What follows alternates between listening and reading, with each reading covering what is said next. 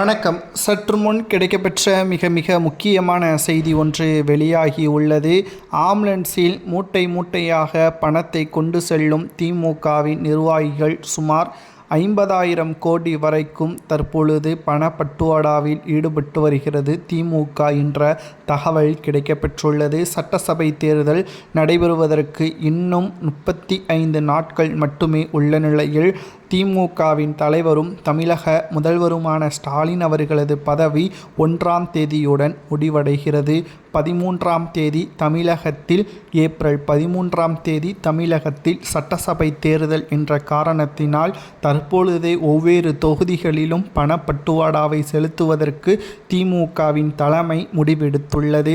ஸ்டாலின் அவர்களது மருமகன் சபரீசன் அவர்கள் மூலமாக ஆம்புலன்ஸ்களில் தற்பொழுது எந்த ஒரு பாதுகாப்பும் வசதியுடன் காவல்துறை அதிகாரிகளோ பறக்கும் படை அதிகாரிகளோ கண்டுபிடிக்க முடியாத அளவிற்கான ஏற்பாடுகளை சபரீசன் அவர்கள் செய்துள்ளார். கிட்டத்தட்ட 124 ஆம்புலன்ஸ்கள் ஒரு நாளில் மட்டுமே செய்யப்பட்டு வருவதாகவும் ஒட்டுமொத்தமாக 50,000 கோடி வரை தற்பொழுது பணப்பட்டுவாடாவில் ஈடுபடுவதற்கு செய்திருப்பதாகவும், இது மக்களுக்கு எவ்வளவு செல்கிறது, கட்சிகளுக்கு எவ்வளவு செல்கிறது என்பதை பொறுத்திருந்து நாம் ஆதாரத்துடன் ஒவ்வொரு நாளும் வெளியிட போகிறோம். திமுக ஆட்சி அமைக்க வேண்டாம் என்று நினைப்பவர்கள் மறக்காமல் நமது சேனலுக்கு சப்ஸ்கிரைப் பண்ணிருங்க.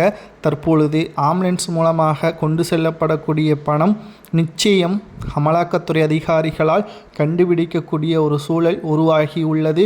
ஆதாரங்களுடன் திமுகவின் இந்த நடவடிக்கையே கைப்பற்றினால் கைப்பற்றப்பட்ட பணத்தை என்ன செய்யலாம், அந்த தொகுதியின் திமுகவின் வேட்பாளர், திமுகவின் கூட்டணி கட்சியின் வேட்பாளருக்கு என்ன தண்டனை கொடுக்கலாம் என்பதை கமெண்ட் வாயிலாக கூறுங்கள்.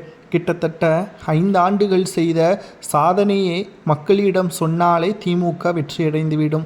ஆனால் 5 ஆண்டுகள் செய்த சாதனை என்று பார்த்தால் வெற்று பேப்பராகத்தான் இருக்கிறது. கோபாலபுர குடும்பத்தின் சொத்துக்கள், அமைச்சர்களது குடும்பத்தின் சொத்துக்கள் மட்டும்தான் உயர்ந்துள்ளது.